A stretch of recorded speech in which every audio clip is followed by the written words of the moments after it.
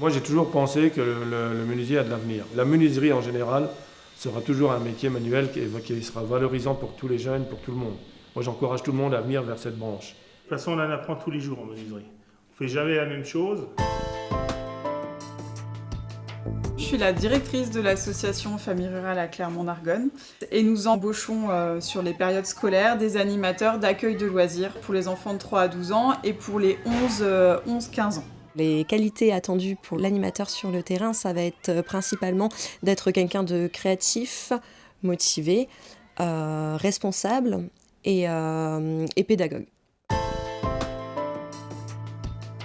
Bonjour, Anthony, 33 ans, chef de chantier Soja SBTP avec 14 ans d'ancienneté. Anthony est arrivé dans notre entreprise, on va dire, sans savoir ce qu'était le métier, clairement.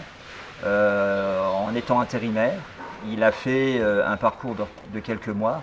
On a vite décelé chez lui une grande volonté à vouloir apprendre et à progresser. Pour un jeune comme moi qui sortait de l'école avec certaines lacunes, c'était plus facile de faire en alternance avec du terrain plus de l'école. J'aurais pu faire un bac pro, mais ça veut dire qu'on est tout le temps à l'école et on ne voit pas les choses qui se passent sur le terrain. Même si vous êtes jeune, vous pouvez avoir de nouvelles idées et dans ce métier-là, on est prêt à écouter et le jeune, on ne dit pas c'est comme ça qu'on doit faire. S'il a une bonne idée, quelque part on écoute et on fera avec ce qui est proposé. Alors, je m'appelle Magali Fichot, je travaille à la DMR de Clermont, je suis assistante de vie depuis 27 ans. Bonjour, je m'appelle Mazurek Genaël, je suis assistante de vie dépendance. Mon métier consiste à aider les personnes âgées ou personnes handicapées au sein de leur domicile. Donc on commence aide à domicile, ensuite assistante de vie. Il y a auxiliaire de vie, mais bon, c'est à peu près la même chose qu'assistante de vie, auxiliaire de vie sociale. Après, on peut évoluer en aide médico-sociale. Je suis chargé de mission en informatique et espace numérique. Je suis souvent amené à intervenir dans les écoles pour des problèmes, notamment sur les tableaux blancs interactifs, qui sont des outils pédagogiques très puissants dans les écoles. Donc sinon, après, dans les bureaux, bien souvent, ça peut être des problèmes logiciels plutôt. Il y a 3 serveurs et également des switches, donc des commutateurs réseau qui se trouvent un peu sur tous les sites. Le profil type pour accéder à ce type de poste, c'est vraiment d'avoir à minima un BTS et pourquoi pas plus, donc évoluer vers le niveau d'ingénieur. Moi je suis titulaire d'un BEP et d'un CAP en maintenance matérielle parc et jardin. Et j'ai fait une formation ouvrier du paysage au niveau de l'AFPA de Verdun. Le métier des espaces verts, oui, c'est sûr qu'il est plus préférable d'avoir quand même au moins un diplôme. Mais après, c'est un métier qui peut s'apprendre sur le tas aussi. Par l'expérience, à force d'en faire, forcément, on commence à connaître un peu les outils et connaître les chantiers, donc on apprend comme ça. En faisant ce métier, on pense qu'on va faire que les choses monotones. Ce qui en fait, c'est pas le cas. C'est un métier où on se déplace beaucoup. C'est des métiers où les avis des clients changent assez souvent. Et que on est amené à faire des choses qui sont très variées. Je suis en train de préparer une prise.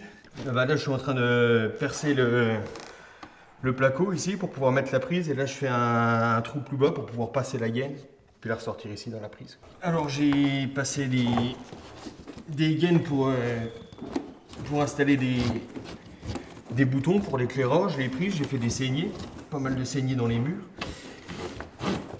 Passer les gaines, tout ça. On a raccordé une VMC aussi. Sinon, on s'est occupé de la partie ventilation pour la piscine. Bon, Lucas, comment ça se passe? Ça se passe plutôt bien. Ouais. J'ai fini de tirer le câble pour la prise. Ouais. Donc, il n'y a plus qu'à les raccorder. Bon, c'est bien. Tu penses avoir fini dans combien de temps? Dans 5 minutes. Bon.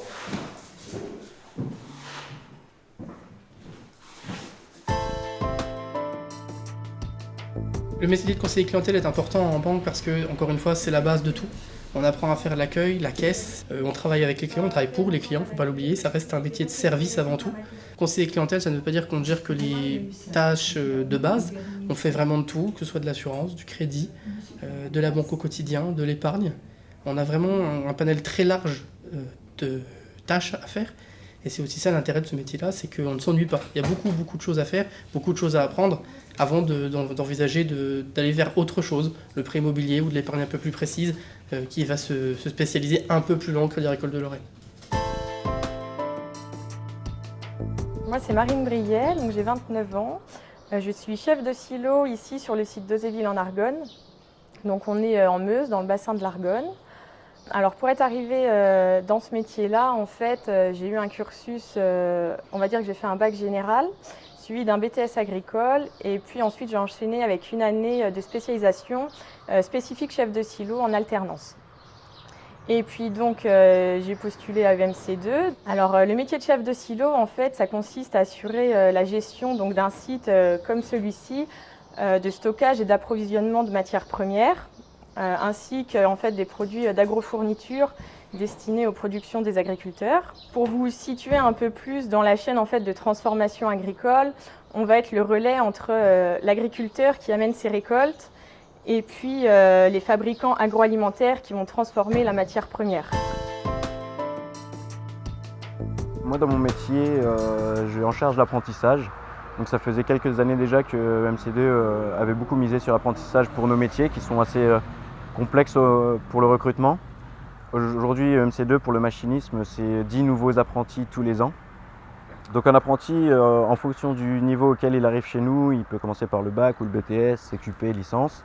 Quoi qu'il en soit, peu importe son niveau quand il arrive chez nous, il est suivi par nos équipes et par le centre de formation. Et suite à ça, nous, on l'oriente vers des tâches afin de le faire évoluer tout au long de son parcours. L'intérêt de l'alternance, je dirais, il y en a deux. Il y a l'intérêt pour le jeune qui va rentrer plus facilement dans la vie active, qui va s'intégrer dans le milieu professionnel. Et puis il y a l'intérêt aussi à nous, c'est de former les apprentis à nos besoins. Je m'appelle Bertin Alexandre, je suis de formation cuisinier. J'ai racheté ce bâtiment qui est le Grand Monarque à Varennes-en-Argonne avec ma compagne. Donc j'ai commencé par une formation en BEP, donc c'est brevet d'études professionnelles, parce que je ne savais pas trop quoi faire, je ne savais pas où m'orienter, et puis la cuisine me plaisait bien, donc j'ai été dans un BEP à prédominante cuisine, malgré le fait qu'il y ait aussi beaucoup de salles dans le BEP. Juste derrière ça, j'ai enchaîné avec un bac pro. C'est un métier qui existe depuis la nuit des temps et qui perpétuera encore jusqu'à la nuit des temps. Même les gens dans les petits villages, ils se déplacent pour manger, ils se déplacent moins loin, ils ont moins envie de faire de kilomètres, mais il y a suffisamment de restaurants et de gens, même dans notre petite campagne, ici même sur Varennes, il y a 1, 2, 3, 4 restaurants, tout le monde peut travailler. Il faut savoir se diversifier, il y a du travail pour tout le monde et même dans notre petite campagne. Après ma troisième, donc après le collège, j'ai poursuivi sur un bac professionnel service aux personnes et au territoire, ce qui m'a amené à découvrir un petit peu les différents milieux de l'aide à la personne. Donc j'ai réalisé différents stages auprès de personnes âgées, de la petite enfance, notamment des personnes en situation de handicap.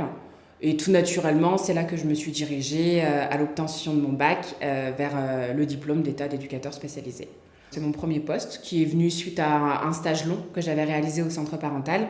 Et voilà, du coup, je ne suis jamais repartie du centre. C'est un métier qui demande beaucoup d'investissement, beaucoup de mobilité, beaucoup de disponibilité. Et qu'il est bon aussi dans ce type d'activité de savoir changer, de tourner un peu de métier. Donc oui, on est à la recherche toujours à la recherche de certains profils.